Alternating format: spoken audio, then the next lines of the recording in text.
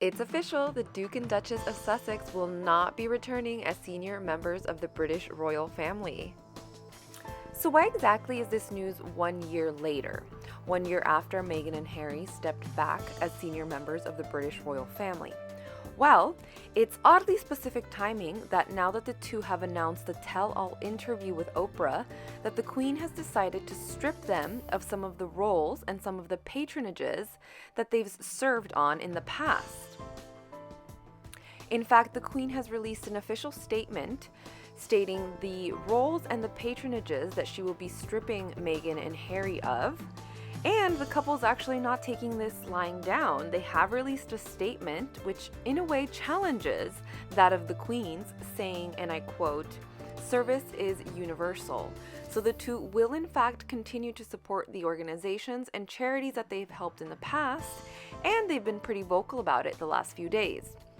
So what exactly is the Queen stripping the two of? Well, we're going to discuss this and a whole lot more in this week's episode of Duchess LA News Daily, brought to you by DuchessLA.com.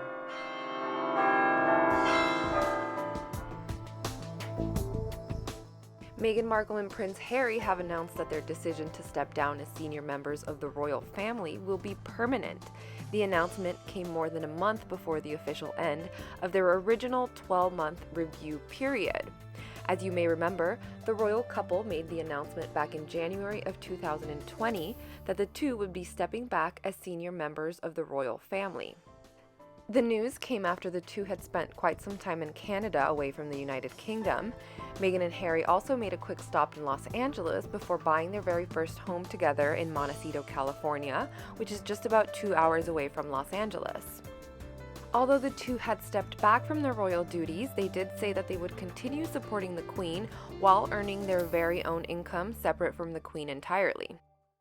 Prior to moving to California, they had made an agreement with the Queen to step back from their royal duties and then reassess the situation 12 months later. Well, it's before that 12-month mark. We're just about around 11 months, and Meghan and Harry have decided to make this decision permanent. In a statement posted by the official royal.uk site, the Buckingham Palace said, "The Duke and the Duchess of Sussex have confirmed to Her Majesty the Queen that they will not be returning as working members of the royal family. Following conversations with the Duke, the Queen has written confirming that in stepping away from the work of the royal family, it is not possible to continue with the responsibilities and duties that come with life of public service." In making the decision permanent, the couple will continue to support some of the charities that they helped in the past. However, they are being removed from some key roles. Prince Harry and Meghan will return their honorary military appointments and royal patronages, which will be redistributed amongst members of the royal family. So what does this mean exactly? Because Prince Harry was born a prince, he will get to keep the title prince forever for the rest of his life. Again, this is because he was born into this title. So here are some of the roles that Prince Harry will no longer be able to serve. He is no longer the Captain General of the Royal Marines. He is also no longer the Honorary Air Commandant of RAF Huntington. He has given up his role at small ships and diving. He is also going to be removed as the president of the Queen's Commonwealth Trust. He can no longer be a patron of the Rugby Football Union or the Rugby Football League. Rugby Football League actually released a statement thanking Harry for his time, care, and commitment as a patron and vice patron, saying that they greatly valued his contribution to promoting and supporting the game. Here's some of the roles that Meghan Markle will lose. So she will no longer be a patron of the Association of Commonwealth Universities. She is also going to lose her association with the Royal National Theatre. And Meghan was also part of the Queen's Commonwealth Trust, so she will no longer serve as their vice president. The removal of their titles hasn't really affected Meghan and Harry much. If you've been following them for the last year, you've seen how extremely busy the famous couple has been. Not only are they making headlines for moving to California, but they've been pretty involved in local charities, everything from Homeboy Industries to the local Compton's Veterans Organization here in Los Angeles. In fact, a spokesperson for the Duke and Duchess of Sussex said, as evidenced by their work over the past year, the Duke and Duchess of Sussex remain committed to their duty and service to the UK and around the world, and have offered their continued support to the organizations they have represented regardless of official role. We can all live a life of service. Service is universal. This means the couple will stay involved with the charities that they've helped in the past. So which ones exactly are they going to continue their work with? For starters, they have announced that they will continue the work with Well Child. Well Child helps to get seriously ill children and young people out of the hospital and home to their families. Meghan will also continue her support for Mayhew, which is an animal welfare charity working to improve the lives of dogs and cats. Markle will also maintain her private patronage to SmartWorks, which is an organization that helps women get back into employment. Okay, so what are some of the charities that Prince Harry will keep working with? For starters, he's going to continue his patronage for the African parks.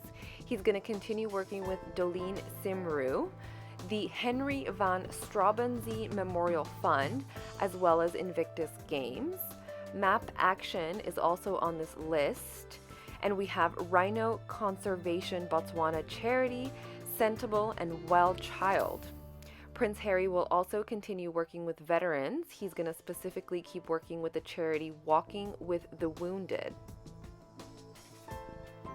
The news to permanently step down as senior members of the British royal family comes just days after some major milestones for the couple. For starters, Meghan won her High Court privacy lawsuit against the Daily Mail and Associates.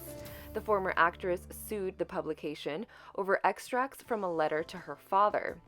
Not only was that a success, but the royal couple has revealed that they're expecting their second child.